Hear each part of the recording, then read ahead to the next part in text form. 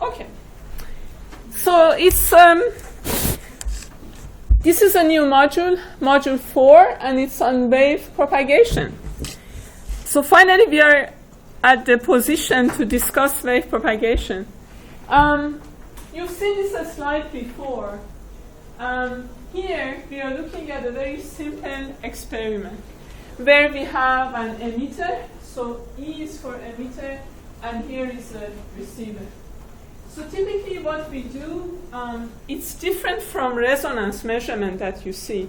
So you send a pulse with an emitter, and then you receive it. You can receive it on the other side, you can receive it on the same side, depending on what you want to do. But it's important to kind of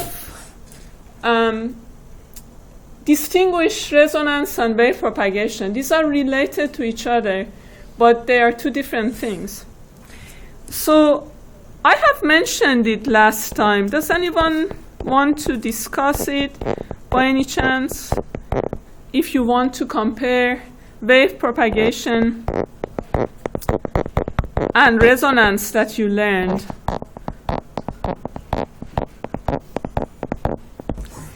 In both, we have some sort of waves. What is the main difference?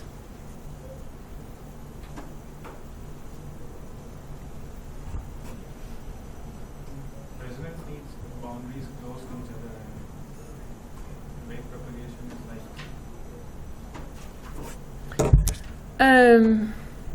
Yeah, I can see that you kind of have an intuition about it, but it's okay. So let me just tell you. So there is a parameter which is very important, and that's a wavelength.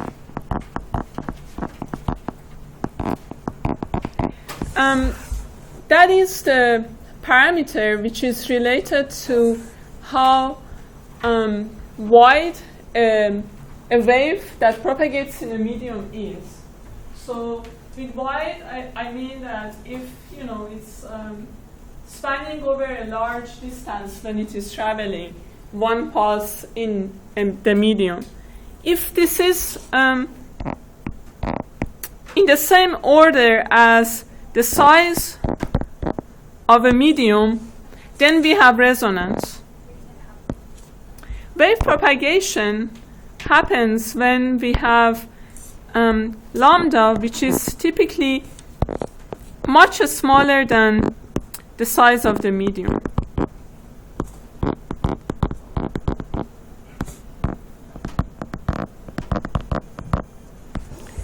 So this lambda is a wavelength. The unit is in, let's say, meter, and basically it is the wave velocity which you are going to learn about over frequency. So that's why I say, if it is wide, meaning that if the frequency is small and this is wide and it is large, then you have resonance. If it is much smaller than the size of the medium, then you have wave propagation. This may not be very clear to you right now, but remember that these are two things which are related to each other. Now, when you look at an experiment like that, you send in a pulse, let's say from the emitter. It could look like the red curve that you see. And then you receive it on the other side. You see that the pulse is much less complicated than what you are actually recording on the other side. What do we see here? We see that, first of all, let's say if this is the time axis, like in millisecond, you see that it takes a while for this energy to move from one location, from the emitter to the receiver. This arrival in the beginning of the wave is very important, and that's kind of the first arrival. Sometimes you hear the term first arrival. That's when you first see something above the noise threshold being recorded. Okay? And then you see different kinds of things happening. So we want to find out what are the things that we are recording here. And also, if you wait long enough, you see that you have some sort of very complex region here, which is the diffuse field. So in the beginning, the waves are very distinct. You will be able to even distinguish different components. That is called the coherent field. Sometimes you hear the word ballistic also. That means the same. And then if you wait long enough, there are so many different components and you have a lot of mode conversion, and you are going to get the diffuse field. Later on, you will see that most of the energy in diffuse field is actually shear wave. If it doesn't mean anything to you, don't worry. We are going to learn about that. So where explicitly is the boundary between the diffuse field and the coherent field? That's, there is no like very, the boundary is not like, it's a smooth boundary, it's fuzzy. But here you can kind of see it. In the beginning you have that, and then it kind of goes over a maximum and comes, so up to about this maximum, the coherent is here. And then afterwards it's definitely everything is diffuse.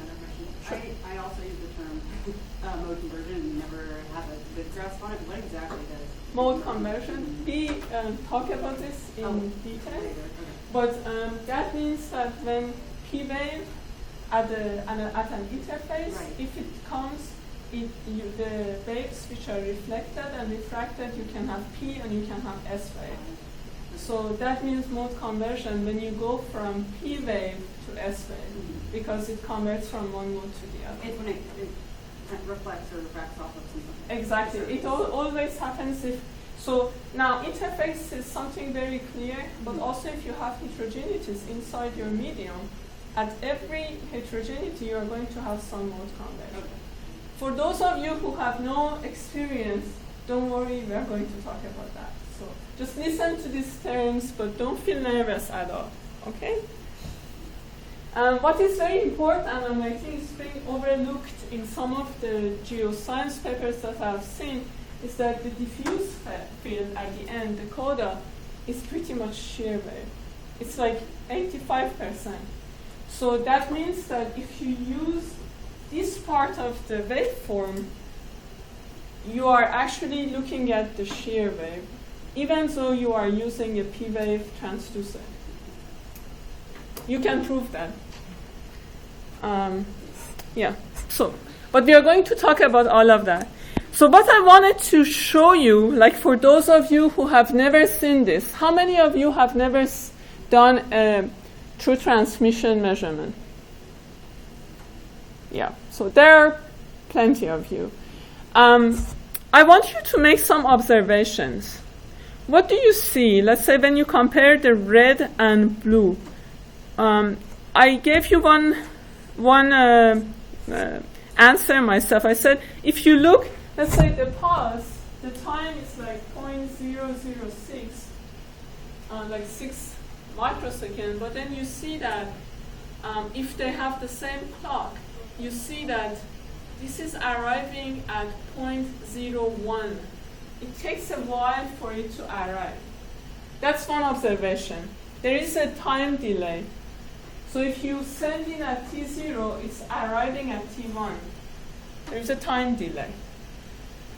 For some of you, this is, you know this better than me, so please bear with us. So there is a time delay here. What else do we see?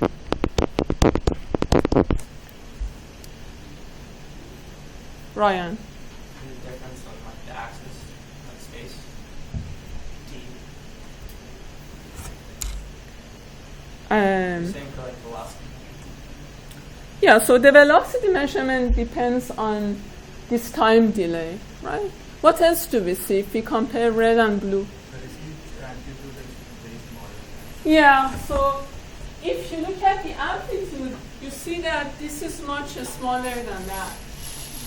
And then the one that I told you, that this, depending on the medium, if you wait long enough, you are going to get a lot of noise, which happens to be very related to what is happening in the structure of the medium.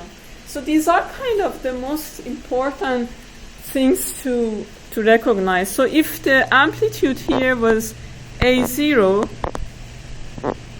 my cartoon is not that great. Here it would be A1, and just because we always have attenuation in the system, this A1 is always less than A0. So you can see it here. So in this graph, like T0 would be, let's say, here. Here T1 would be where your signal goes above noise threshold. I hope everyone knows what noise is, right? This is the signal you all have worked with, so you know what it is. And then if we look at the amplitude, we define the amplitude. You can look at RMS amplitude, you can look at maximum amplitude, but we are talking about the amplitude of red, that is A0. The amplitude of blue is A1, and it's always smaller. And then we have these coda, sometimes this is called coda, which also has a lot of information about the material. So now, we want to understand this better, and because of that, we want to see how a disturbance is propagating through a material. And we start with wave propagation. The simplest case of wave propagation is one-dimensional, but it has a lot of good information, so it's very good to go through that and see in one-dimensional case if we can derive wave equation. This is something you need to be able to, anytime, to derive for yourself. It's important for this class that you really know what wave equation is. Don't look at it, oh, that theoretical thing, I don't want to deal with it. You need to kind of know the situation. And it's very easy to derive. I'm not suggesting to memorize it. I'm suggesting to learn how to derive it. And in 1D, it's very simple, so that would be good enough. And then we look at special cases which have significance in practice, including what you have already seen. And then there is the case of non-prismatic rods, because it kind of gives us an understanding of dispersion. It's interesting because of that. Very quickly. And then 3D wave propagation, there's a lot of math, but this is also important because you will see that the wave velocity in 1D and 3D are different. And a lot of people make this mistake, thinking that they are the same. They aren't. We talk about Rayleigh waves in half space later on, not very theoretically. And also we talk about reflection transmission at interfaces, where Abby, we also discuss mode conversion. So I kind of leave them for a next module, but this is kind of what we want to do. So let's start with a very interesting discussion of 1D wave propagation. It's actually very simple. Let's do this together, and I want you to be actively involved. In the class here, I just consider the longitudinal case. That means wave is propagating along the length of the rod. That's what it means. This is the one-dimensional rod that we are considering. Let's see if this is the cross-section A.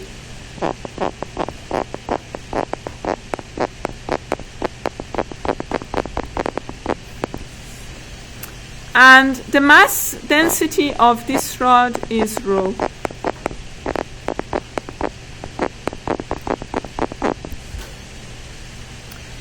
We take this, the propagation direction x, and then we have y, the other direction. I take these positive conventions. So to the right, positive for u and u double dot. Dot is derivative with respect to time.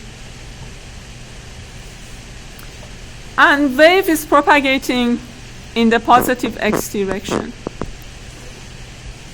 Now, the way to get any kind of differential equation, any kind, you have seen this before, is to take a small slice of the medium, always. So let's just take one piece of this rod.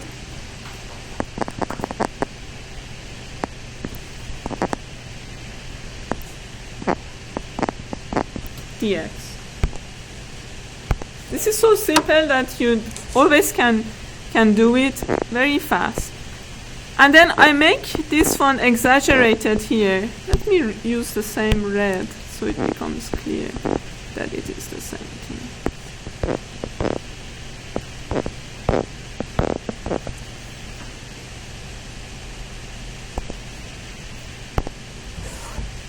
Yeah. So we are just looking at wave propagation in one direction. That means that this is infinitely long, so we only have a stress in this direction. Now, the force which is acting on the left-hand side would be the stress. We just consider one-dimensional case, sigma xa. And the force on the other side, this is just a wave which is just like the one I told you, when you are standing in a line and you push the person in front of you, that's the rule. Whoever gets the push pushes the other person, and the person who was pushed just goes like that and stuff. So one push and it is going all the way. So the only forces are horizontal, because that's the direction of wave propagation. Those are the push. So one is the push of this element before to this. The other one is how this is pushing the next one. You can think about it that way. So let's say we don't know how this changes. If it was equal, if it was also sigma x, there would be no movement. It is, we write it in the most general case. We say, okay, it is some stress, and the stress also changes. We don't know how much, we just write it in differential way. That is just how much the stress is changing.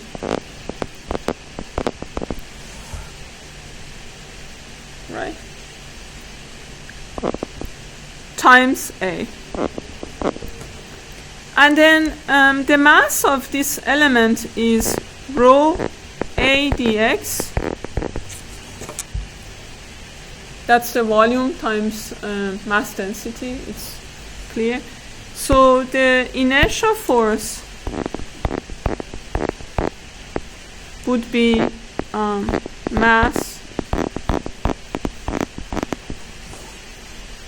times acceleration. We are done with the force diagram. Now we write the dynamic equilibrium again. Summation of forces in the x direction equal to 0. So let me use another color, just black. So summation of forces in the x direction positive equal to 0. That gives sigma x plus basically what I have, and then sigma xa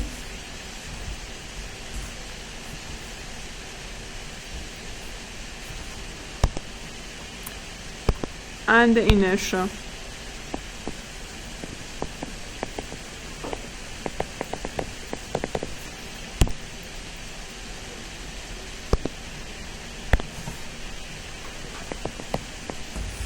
So you can see that sigma xa will be cancelled. So then we have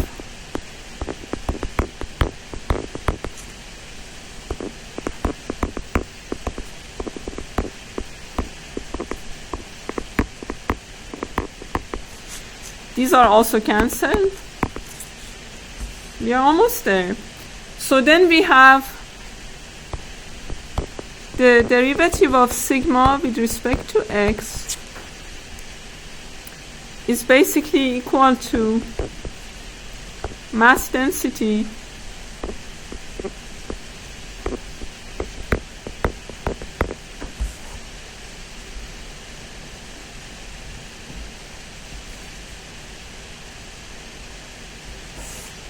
this is very easy to get into, and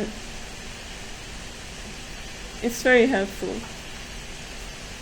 But this doesn't help us much because on one side we have a stress, on the other side we have displacement. So u is displacement in the x direction. So what do I do now to get to wave equation? What haven't I used so far? What haven't I used at all?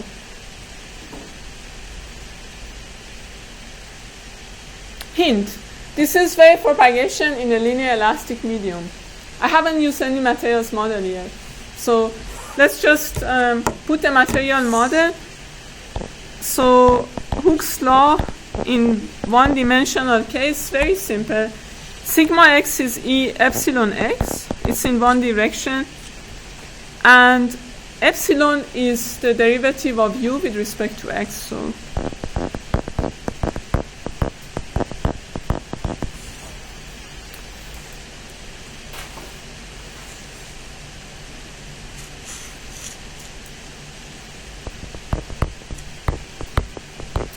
So the derivative of a stress with respect to x, we can very easily write it as the second derivative of u with respect to x. Now if we combine this, we have the wave equation. So we have E, I bring rho to the other side,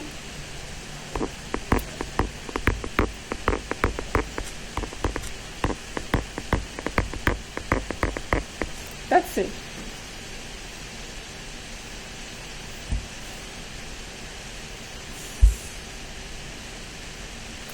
And the form in one-dimensional case is very simple, but it has the form of the general three-dimensional case. Sometimes we write this as, you will see it written like this too. That's just a different notation. If you look at the references in the syllabus, each one of those wave propagation books you like better, if you open the first chapter is wave propagation in one-dimensional rods. So if you need more details, etc., you can find it in all of them. Now things become interesting. So far it was just equation. We got this wave equation, and okay, so what does this mean? Now we do something kind of magical, and we say, okay, you remember, let me remind you how we did some magic before. Out of the blue, I told you let's have omega squared equal to k over m, and later on you saw how important this was. Yeah. So I want to do something similar here again. So I would tell you that let's call Vp squared, very similar. So now we don't have spring stiffness, we have elastic modulus, which is very different but kind of the same. Yeah. Instead of mass, we have mass density. So this is not the same thing. I just want you to remember. So I define this. Now I call it V sub P for reasons that you will soon see. And this wave equation looks something like that.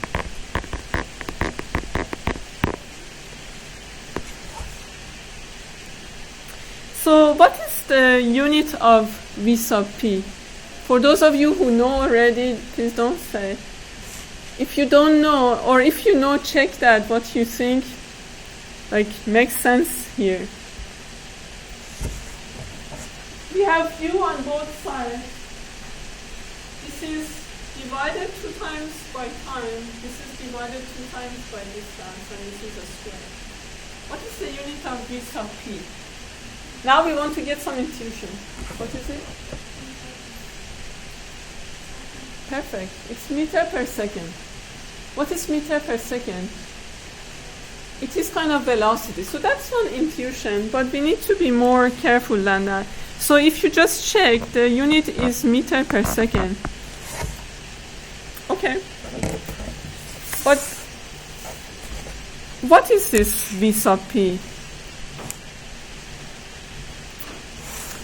Okay, so the question is, what is V sub P? I write down the equation again.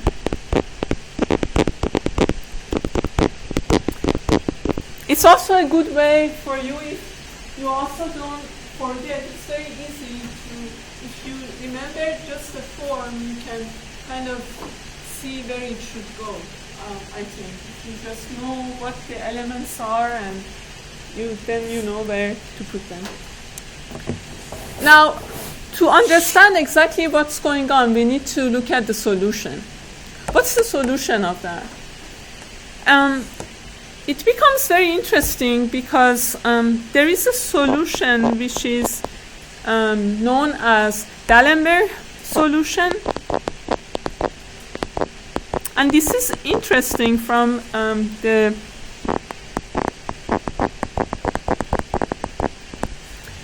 conceptual point of view. It turns out that if you take two functions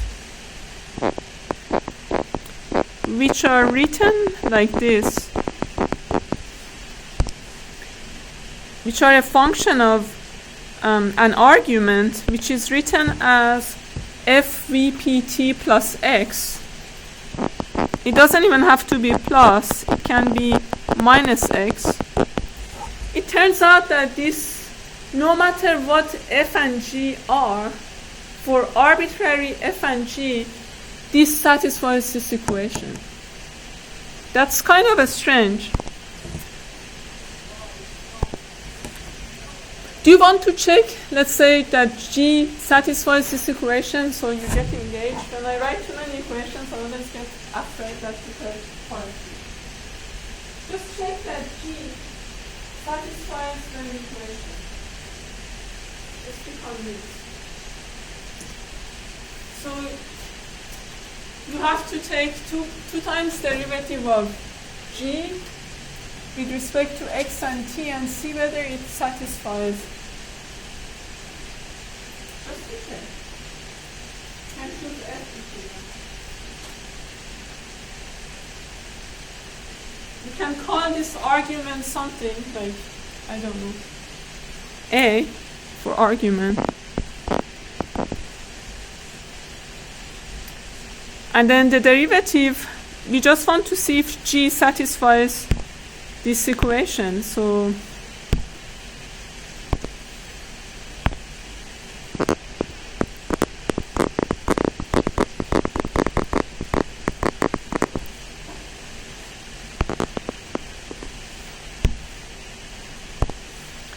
the derivative of g with respect to x would be the derivative with respect to a. That's the chain rule. And then the derivative of a with respect to x, which is -1. So the second derivative would be -1 times -1. This is the second. So it would be just the second derivative with respect to a. You know what I'm doing, everyone? Just want to convince you. So the second derivative with respect to t, the same way will be vp squared GAA. And you can very easily see that vp squared GAA is actually GXX. And I didn't make any assumption about G. G can be anything. It can have any shape, any function.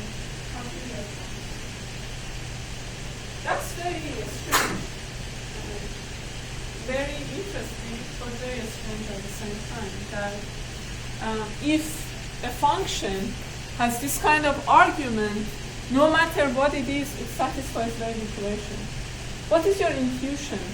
Why is it like that? Why do you think the solution is like that?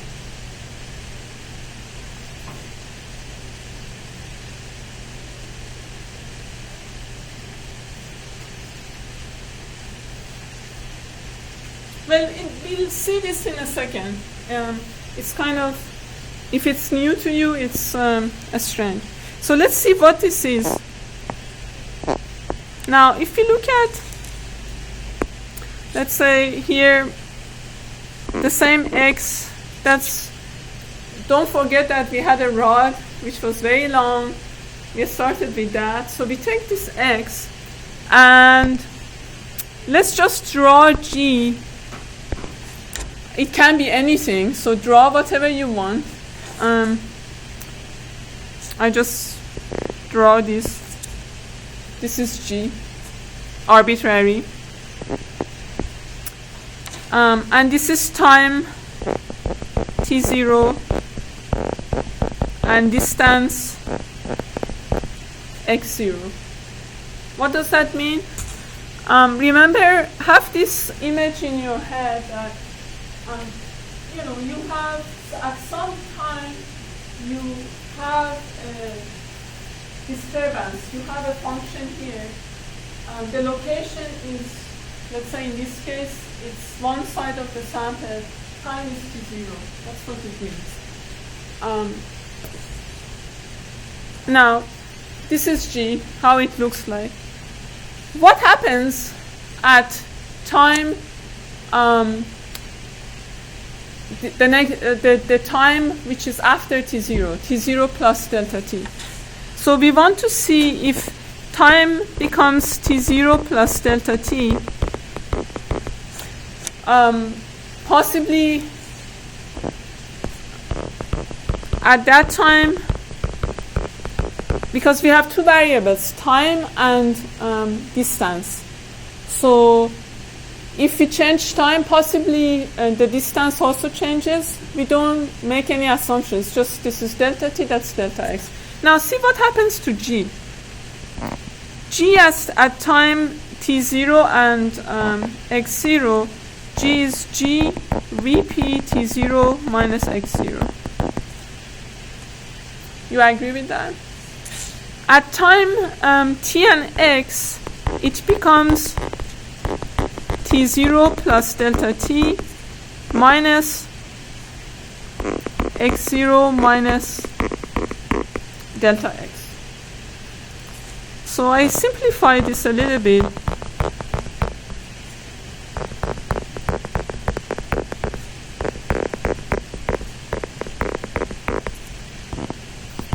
And then I take this term here.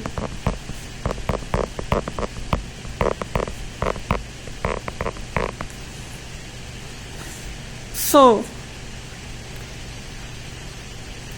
for this to be a wave, it means that this disturbance has to travel along this the rod. That's what we set up this problem for. It means that this argument has to be the same. So it has to be the same function moving along the rod. That would mean that, okay, this part is equal to that, this part has to be 0. Remember, this is wave equation. We said there is no damping, nothing like that. Oh, this is supposed to have the same shape. Now I cannot reproduce that G. But to have the same shape, the argument has to be the same. So this part is the same. This part has to be 0. And then you see immediately that then, in fact, this only makes sense if V sub p is change in distance over change in time. That's velocity. And G is traveling in this direction. That means that whatever this is going, that Vp is positive delta x over delta t. If you do what I did for F, you see that for an infinitely long rod, then you can also assume, I mean, this can be F. And that is a disturbance which is traveling the other direction. And you can write the general solution as a summation of a wave which is going in this direction and that direction. Anyway, this is just to give you an intuition why V sub p that we brought kind of from outer space, we just said, okay, let's take this to be a square root of E over rho is actually the velocity.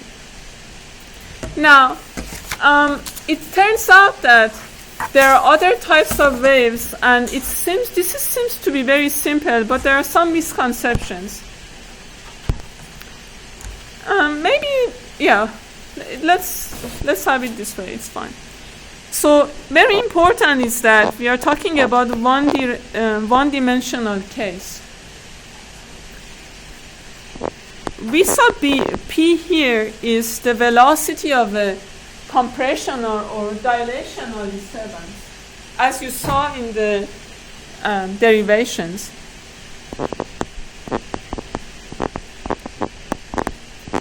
So that's the equation.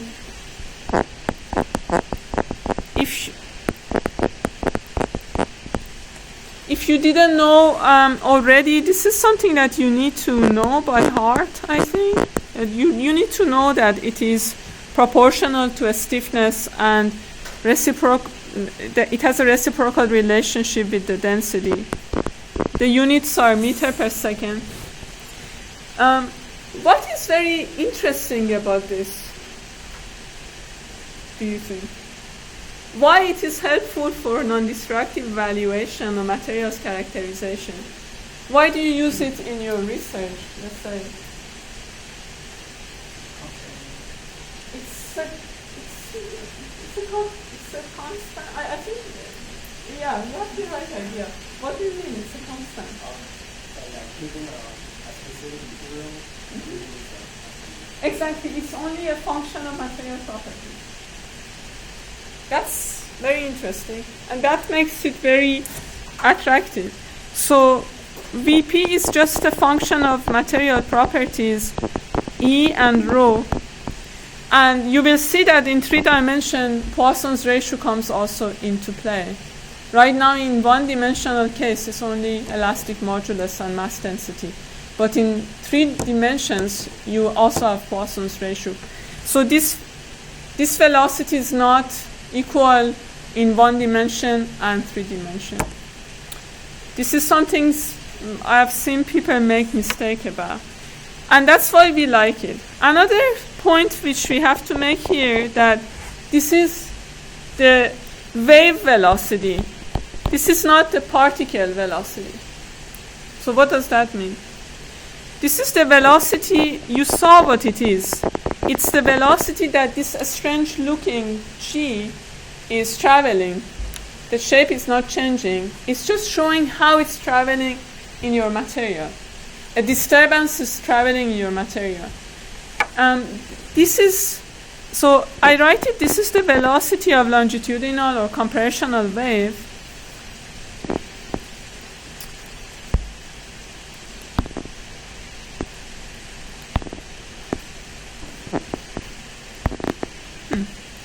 So velocity of wave propagation,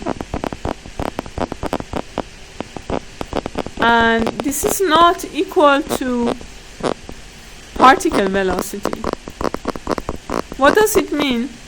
It means that when the wave is propagating through the medium, let's say when you send emit here and receive there, as it is going, different particles at different times. You remember those people that I told you that they are pushing each other? So they push the next person. The wave is traveling with some distance, right? Depending on, let's say, the distance between the people, for example, or how heavy people are, and this could be some reason. But the motion of the people, the way they move, that is a different velocity. This is not the velocity of wave propagation. And we said displacement is u, so that velocity is u dot. Yeah? U dot. We actually are at the position to calculate that u dot and see what it is. Okay, so this is just how the displacement at any location is changing with time. You agree with me? That's what it is. And then to make this a little bit more tangible, we can actually write it like this. And what is derivative of u with respect to x? It's a strain. Yeah? And dx over dt, that is the wave velocity. We just proved that kind of to ourselves using that equation. So, and everything is linear elastic. We don't want to go anywhere else. So this would be sigma x over E Vp. Now we can go one step further, knowing that we just learned that Vp is a square root of E over rho. So then we can see that u dot can be written as this. And this is what you expect. You don't expect u dot to be independent of the stress or strain in the system. And you see that it isn't. So unlike wave propagation velocity, which is independent of a stress in linear elastic medium, yeah. This is not true if it's not linear elastic. U dot is actually depends on the stress. This is important to realize. Now let's look at the next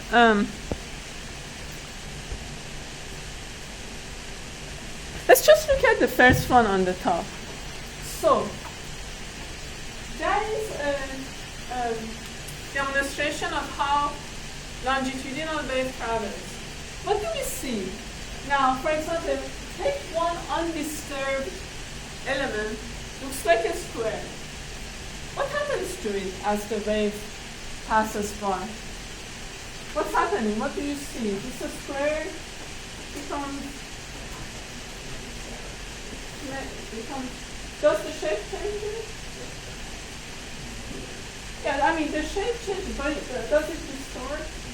It doesn't distort. So this is important to realize. And then before I do, try to draw the particle velocity on this figure. It's missing.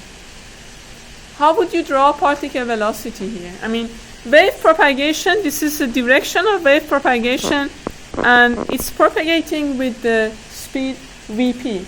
It means that,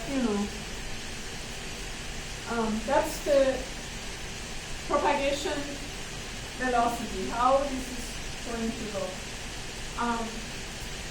how do you show particle velocity? Let me see.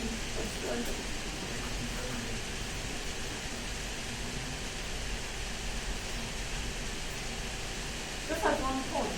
Particle velocity is at every point.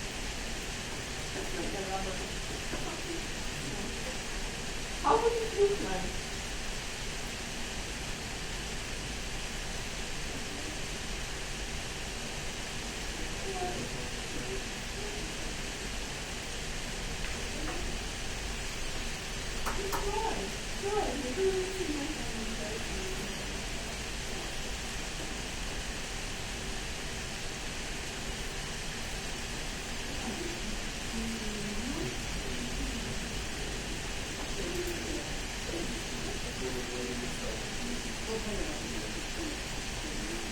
Just imagine one point and see what do you think happens.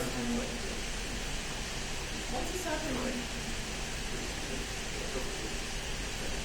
If you think one point in this, next time I give you some video, I bring or I send you some links to some videos to see it, but it's important. So if there is one point in this video, as the wave passes by, what happens to that point?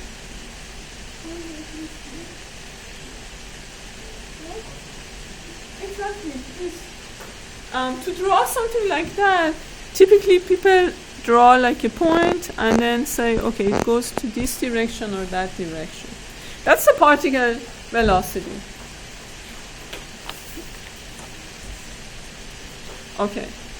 Make a note for yourself that it is not equal to wave propagation and that we don't see any distortion.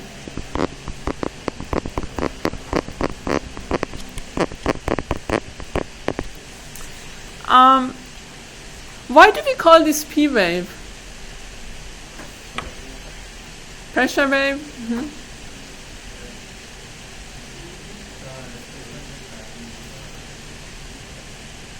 Yeah, other names for this? Compressional wave, longitudinal wave, dilational wave. You hear all of this. Sometimes people call it also primary wave, just because it arrives first. So all of this is the same thing that you can see here. It turns out that this is not the only wave we have inside a medium, and we have some other types of wave.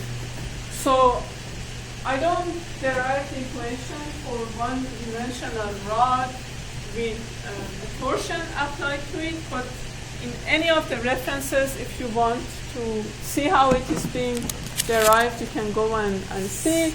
But accept that if you apply torsion, you can have a wave which could look like this.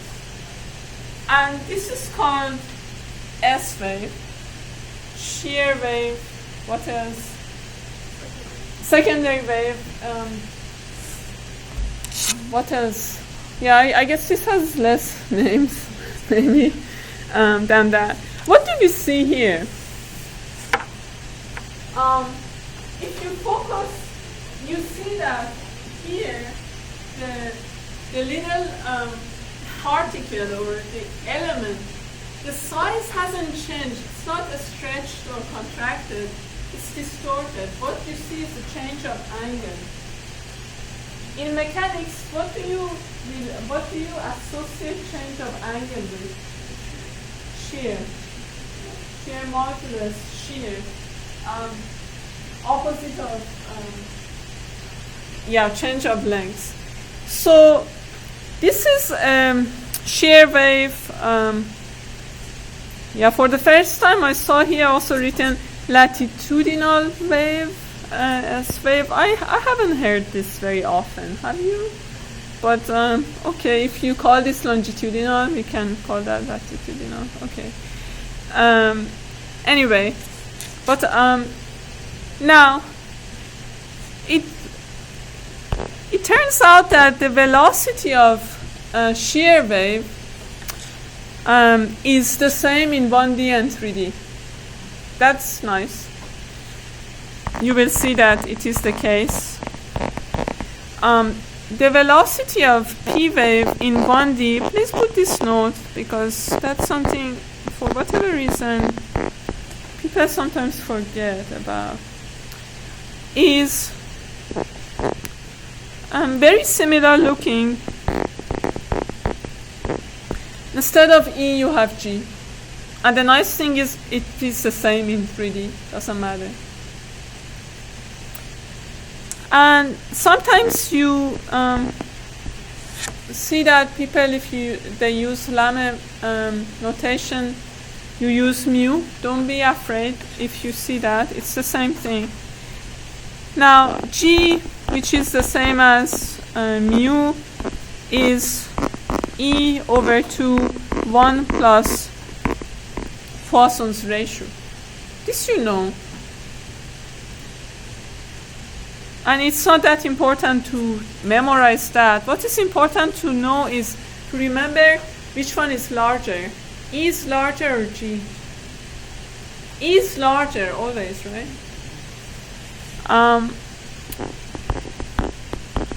What does it tell us about the waves then? If G is always smaller than E, that would mean that V sub S is always smaller than V sub P. At least in 1D that we are looking at. It turns out that it's the same also in 3D.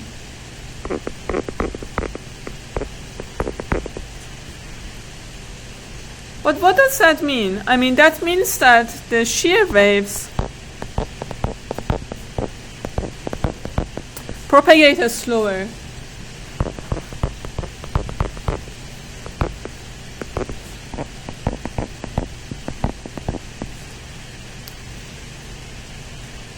Now, I know some of you know the answer to this, so I just solicit ideas from those of you who have never tested or have never done anything like this before.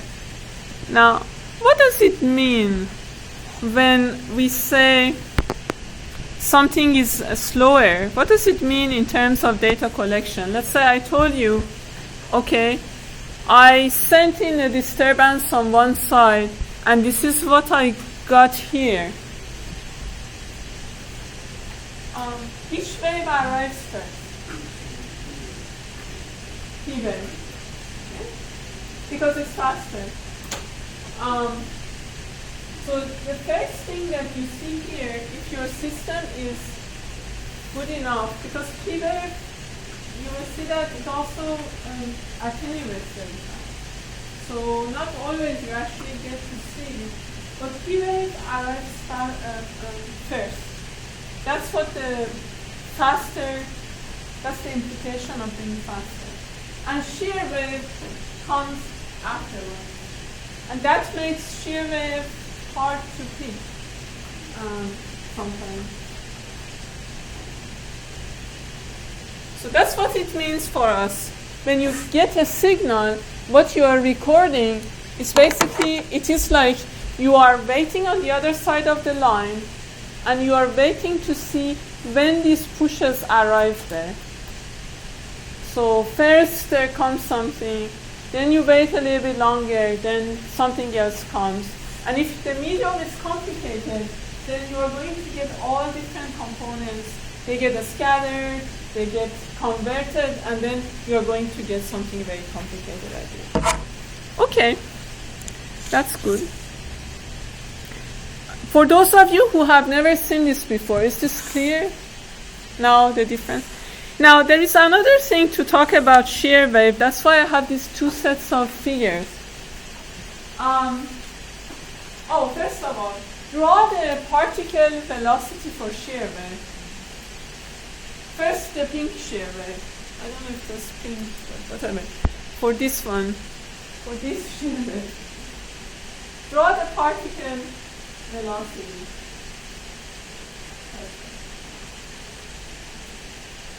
You can kind of see that, if there is, if you put a piece there, it kind of goes up and down. Right? So that's why that people say that in P wave, the particle motion is parallel to the wave propagation. In S wave is perpendicular. You hear this very often. Now, the problem is perpendicular can be two ways. This is the one which goes up and down. This could be also perpendicular in the other direction. So this is also a P wave, this is an S wave, but this one, you see the motion is still perpendicular, right? It's in this direction, and the wave is propagating here. But it's different from the other one. Everything is rotated. Sometimes people like to call this like SV, that's like vertically polarized shear wave, to distinguish it from something which looks like horizontally polarized SH wave. So P wave is clear. It's always parallel, so it's just going in one direction, and the wave, the particles are expanding, contracting. The shear wave could have, we could have two different types, and one is when the particle motion in this case is vertical, and we call this vertically polarized shear wave. And it could be horizontal, it should be horizontally polarized shear wave. And both of them, the particle motion is perpendicular to the direction of wave propagation. One is like 90 degrees rotated of the other one.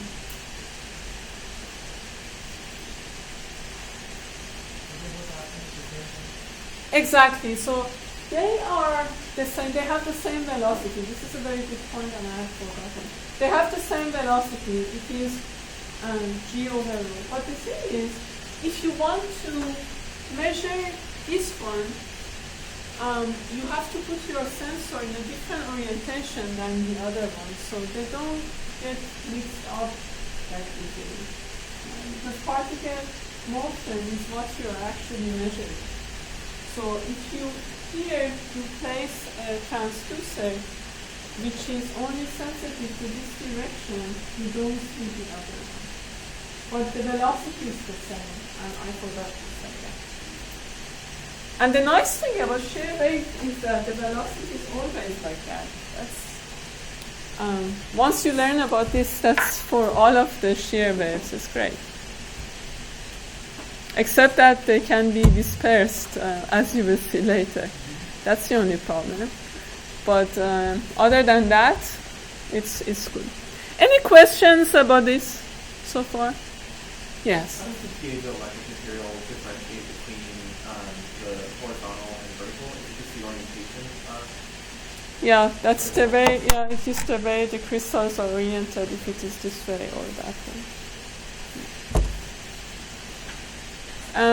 Shear wave transducers, basically, but they are never perfect.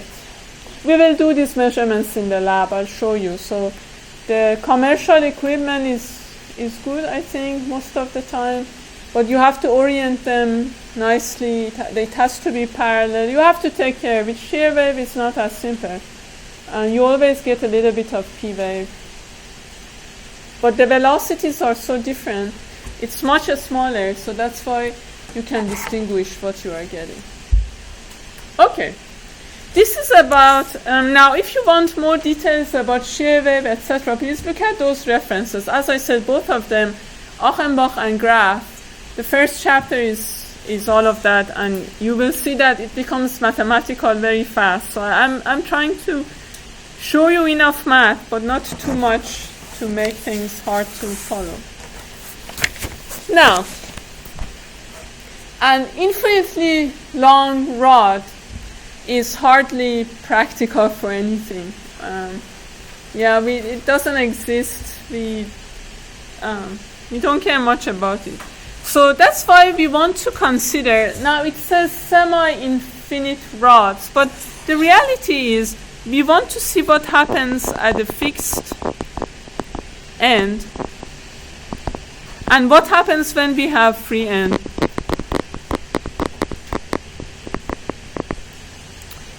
what happens? So what is important is to kind of recognize the boundary conditions. This is one graphic way to show what is going on, but all we need to know is what is the boundary condition at a fixed end, and what happens when, for example, a longitudinal wave hits a fixed end, how it's going to be reflected. So what is the boundary condition at the fixed end, you think? Displacement has to be 0, right? So the boundary condition is u, and u is, in wave propagation, u is a function of two variables, distance and time. At this location, I call this x fixed end. At this, no matter what time, so for all times, u has to be 0. That's it. So, if you have a conventional wave which reaches a fixed end, what happens is a conventional wave which gets reflected and it travels in the opposite direction. That's what is happening at the fixed end. Now, how about free end? If you have free end, which is very easy to imagine, you have a rod at the end, it ends. What happens then if you send a wave in? What is the boundary condition at the free end? A stress is 0. So stress at this location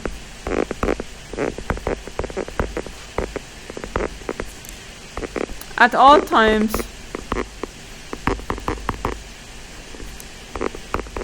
is 0. And a stress is, in linear elastic medium, E times a strain, meaning that at this location, the derivative of displacement with respect to x, this is equal to 0 too. I mean, that's the same thing. That's equivalent. Because we have the solution in terms of displacement. That's kind of more useful, as you will see in a second. Yes? I'm not understanding conceptually why there's no stress felt on the free end. It's because there's no force being applied to it? It's a free end. Okay. So whenever you have a free end, like if any free surface, there is no stress. Yeah, there's no Because- force applied over the area, right? Right. It's that's what always, no matter when something is free, it's traction free. There is no stress. What happens here is that if you send a compressional wave, what comes back is a tension. That's different. So if you send a compressional wave in this direction, it hits the free end, and like a tensile wave comes back. What is important here is that at the free end, the particle velocity becomes doubled.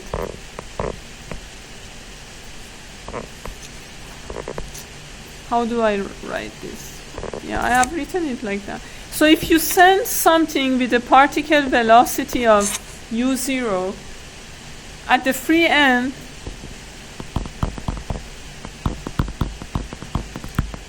the particle velocity becomes doubled. If you think about, as a child or maybe still, if you have ever played with a rope, like if you want to do this, you see that the end kind of moves a lot faster than anything else. Can you relate to this? You never played with a rope? That's fine. The fact that when the wave arrives at the free end, there is an amplification in particle velocity is important. For example, when earthquakes hit the ground, everything gets doubled. Now we hear every day there is something going on in Mexico. So for example, when you think about that, so the same wave is coming. The moment it hits the ground, the particle movement doubles. Just because of the boundary condition. And of course, then the destructive effect also at least doubles. So it's a problem. So now, what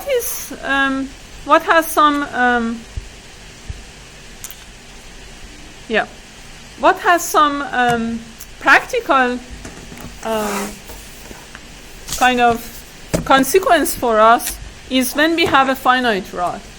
This is what you saw in the lab, for example. If you have this kind of a long specimen, like the one you've seen, that Jiang was showing you, that's not infinitely long. It's also not semi-finite. It's pretty much finite. So now we want to see what happens when we have a finite specimen.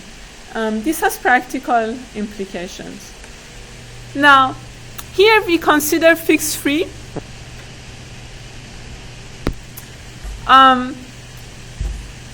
We write the wave equation.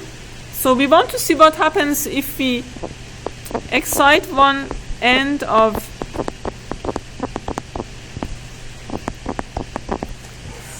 So write down the boundary conditions here. So one end is fixed, one end is free. So I guess it's kind of clear, but this is the free end, and this is the fixed end.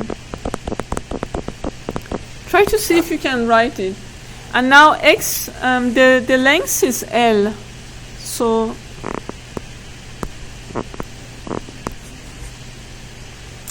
what would be the boundary conditions here?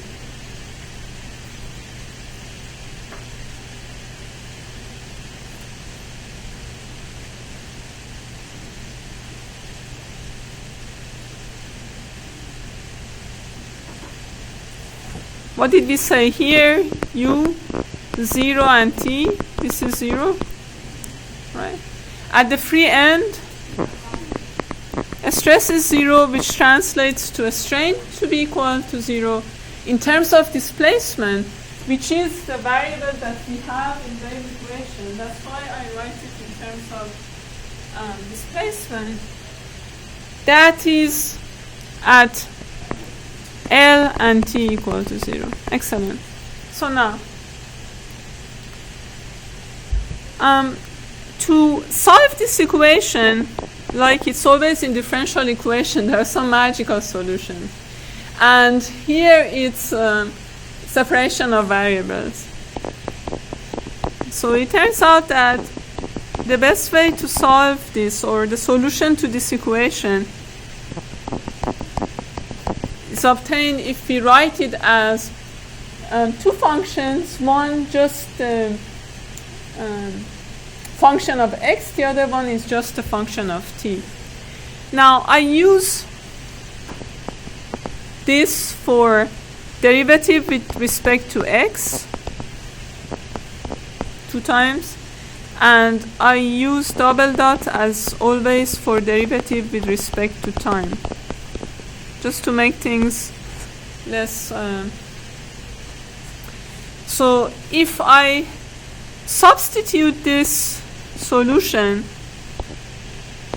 in the wave equation, then we have 2 times derivative with respect to x. Since we separated them,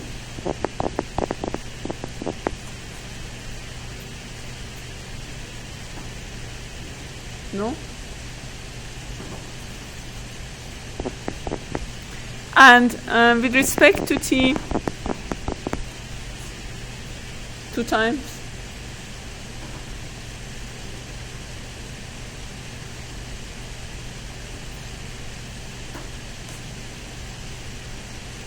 So then we divide both sides by xt.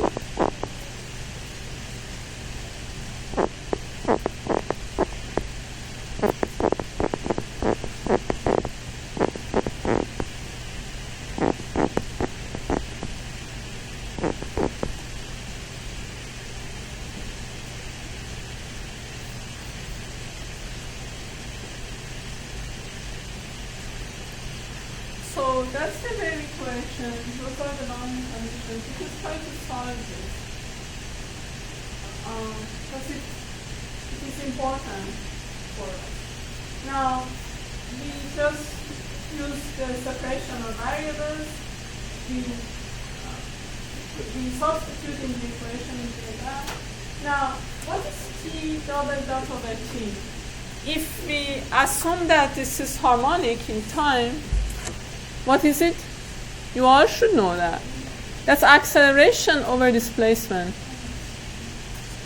Exactly. It's minus omega n squared.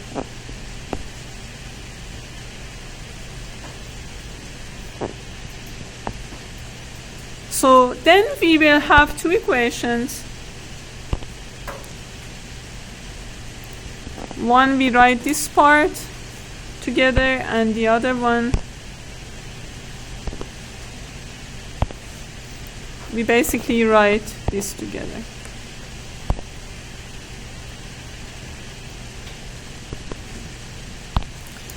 And one equation is simply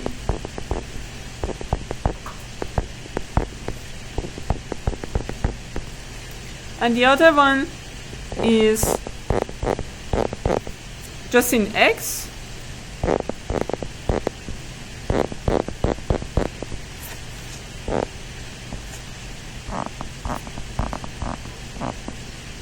And k is omega n over v sub p. Now, this turned out to be a very important parameter, which is called wave number.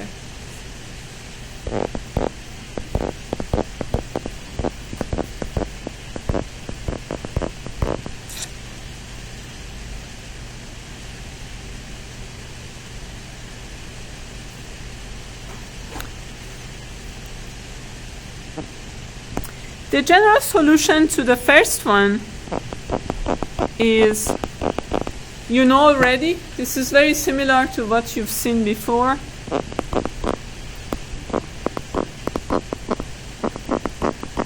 Just a sine and cosine.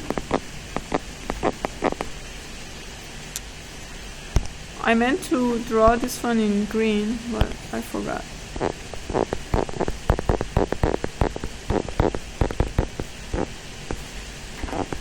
And this is also the same. So to completely solve this, we would need 4 boundary conditions. So we need to know a lot. But this is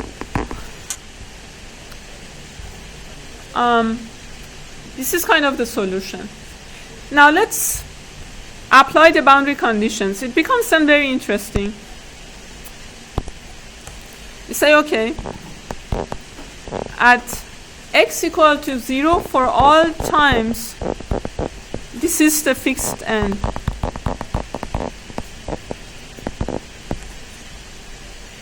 So since it's for all times, it's enough for us to make sure that x at 0 will be 0. Because remember, we wrote u as x times t. So if we want something to be always 0 for all t, we don't care about the time function, we just say x equal to 0. And that immediately gives us that C3 is 0.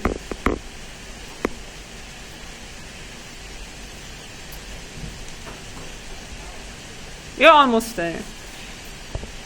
The other boundary condition was that at the fixed end, at the free end, the displacement is 0.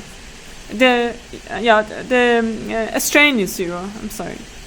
So if we, that's also for all time. So that would mean that now I consider that C3 is 0. That would mean that the derivative of x with respect to x has to be 0 at x equal to L. Since it's for all t, we don't want this to be 0. We don't want C4 be 0, because if C4 is 0, everything will be 0. So the only thing would be that cosine KL is equal to 0.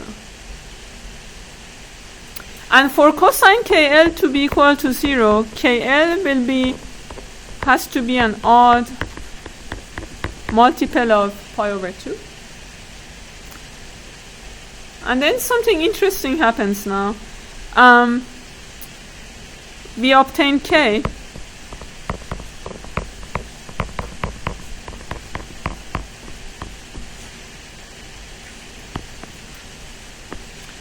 And since K is omega n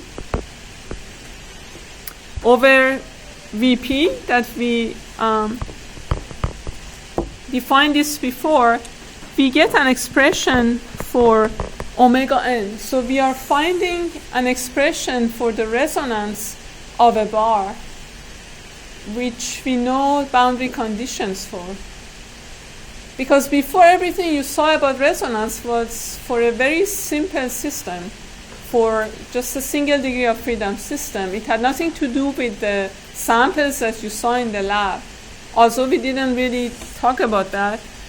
But now you see that from wave equation, we actually get the expression for the resonance for this bar. Now, the last thing is, if we substitute this, we find an expression for x. So it is C4 sine for k is 2n plus 1 pi L over 2x.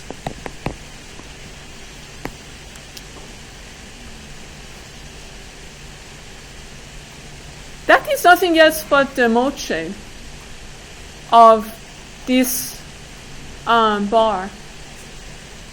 So the first three mode shapes are actually drawn in this figure. I hope this should be under this the y but times y.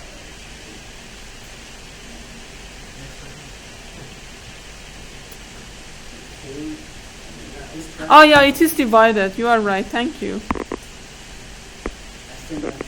Yeah, it is. Then everywhere else. I mean, this is correct. Here is. You are right. Thank you. You are right. I'm rushing because I know that the time is running up. But what I want to show you is that this, what you see here, if you plot this x, what you see for different values of, so this n is different from the n I have. Let's say this is n equal to 0, n equal to 1, n equal to 2, which translates to the first mode, second, and third. And pay attention that at the end of the rod, the strain is 0, so you have a horizontal tangent, and here it is 0. And also the fact that we started with wave equation and we got that, so this is what I started with today, and I told you it all depends on what wavelengths you are working with respect to the size of the medium. And you know what is happening? If you have waves in a medium which is confined, you saw that at the end you have reflection. So the waves go back and forth and they kind of sum up to a standing wave. So resonance in this case is nothing else but a standing wave. And that's what we do. And since it's confined, they kind of sum up to give you this kind of waves. And you can see that the wavelength is in the same order of magnitude as the size of the specimen. Okay. Now, for next time, I want you to do this on your own, and I will collect it. So I want it to be like not a quiz, but I just want to make sure that everyone does that. So this is a fixed free. I mean, you can see it is fixed here and free there. And that would be like a kind of resonance that you would get. Try to see by reading the resonance frequency, just look at one of them, doesn't matter, just erase or something else. Having these dimensions, if you can retrieve the information about this sample. This is a mortar sample, so assume, let's say, assume mass density of 2300 and try to get the elastic modulus.